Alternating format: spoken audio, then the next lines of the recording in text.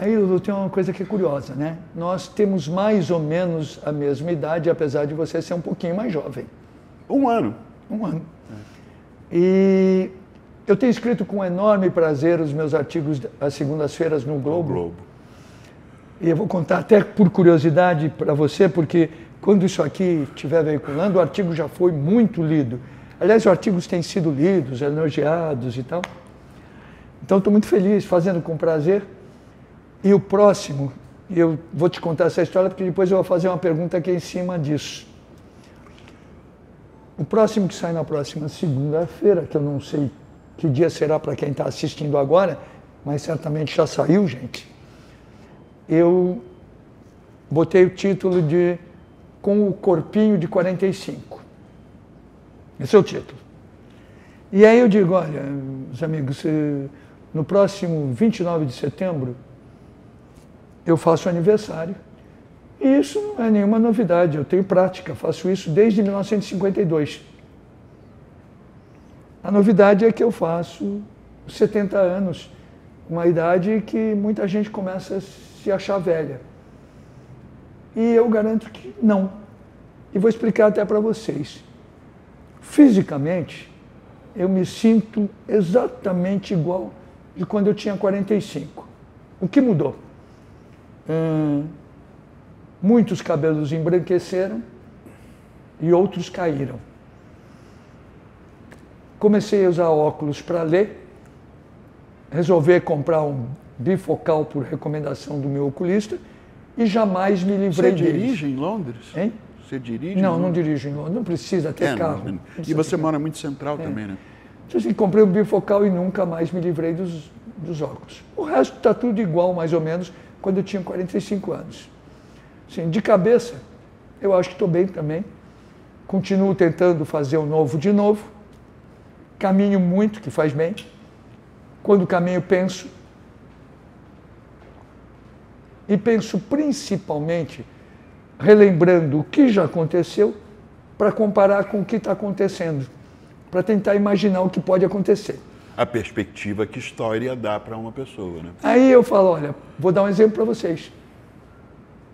No início dos anos 70, que eu já existia, já trabalhava e tal, existia gente que ficava espantada, que tinha pessoas que viajavam de Concorde,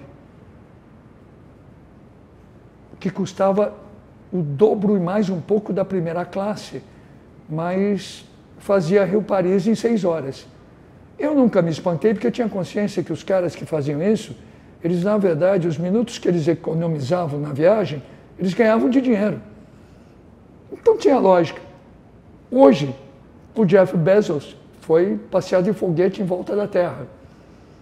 E diz que vai vender passeios desse tipo por 28 milhões de dólares. A rigor, a bem da verdade, o Richard Branson ainda fez isso primeiro tem esse projeto de vender passagens a 100 mil dólares por cabeça. Eu cito outras coisas, né? Eu cito que na minha juventude os homens bem-sucedidos bebiam uísque, hoje bebem vinho. Na minha juventude médicos não recomendavam bebidas. Hoje eles recomendam, não só recomendam vinho, como dão alguns rótulos. Os médicos viraram sommelier. Aí eu comento que...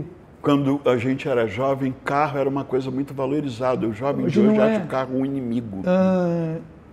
Antigamente, jogador de futebol cortava o cabelo quando tinha que cortar. Mas jogava pra cacete. Hoje, a última seleção brasileira, que disputou o Mundial, tinha mais cabeleireiros do que fisioterapeutas. E vou comparando, né? Mas isso é verdade? É um fato? É um fato. Cada um tem um cabeleireiro próprio que levou. Sei. E aí a minha última comparação, eu digo, olha, e quando eu era mocinho, presidentes da República não chamavam seus adversários de filha da puta. Coisa que o atual presidente fez, talvez, para se passar de macho, pela coragem. Sobre isso eu li uma frase maravilhosa. E moderno pela sua... A foto daquela foto famosa do Bolsonaro de roupa de banho, né? E o caption, a coisa escrita era velho sem pau fode com o país.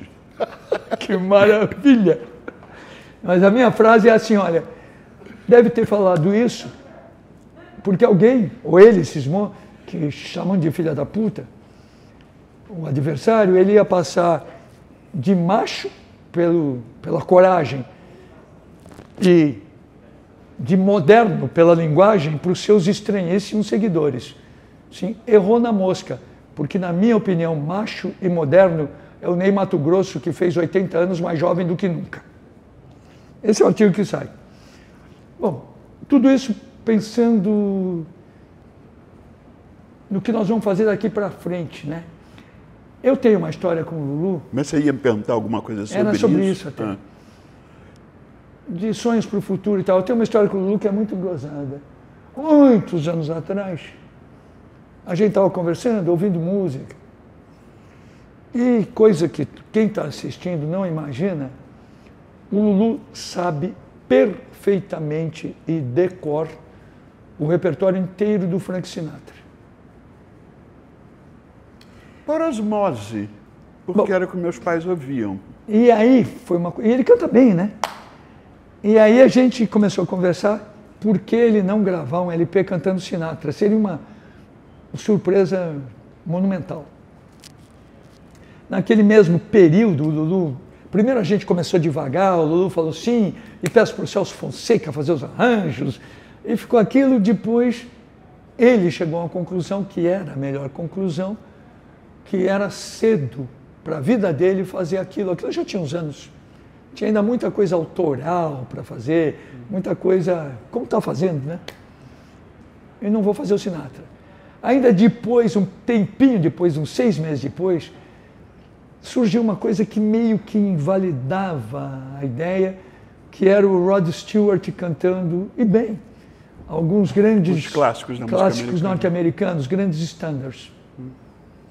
Isso morreu por aí. Aí eu te pergunto, Lulu, planos organizados para o futuro, você que também, daqui a um ano, é um jovem de 70 anos como eu?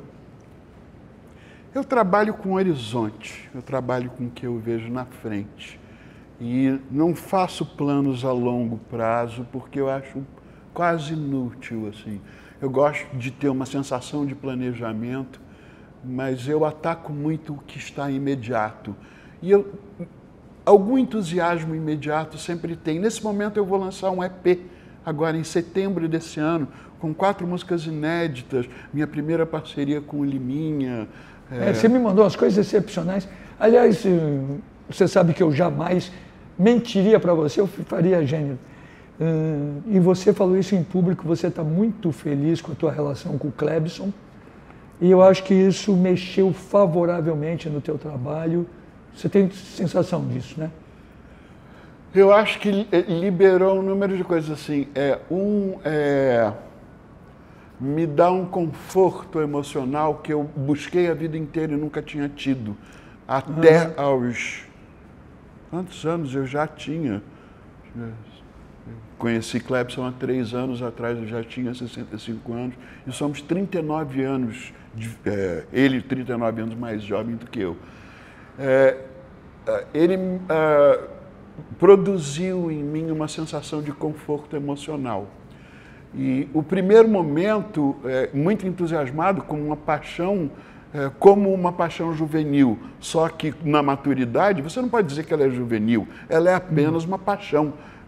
Ela pode ocorrer mais comumente na juventude, mas me ocorreu de uma forma completa, e isso, você fica com a lente do amor, né? Você vê beleza, você sente beleza. Eu produzi todo um álbum que eu chamo As Estações da Paixão.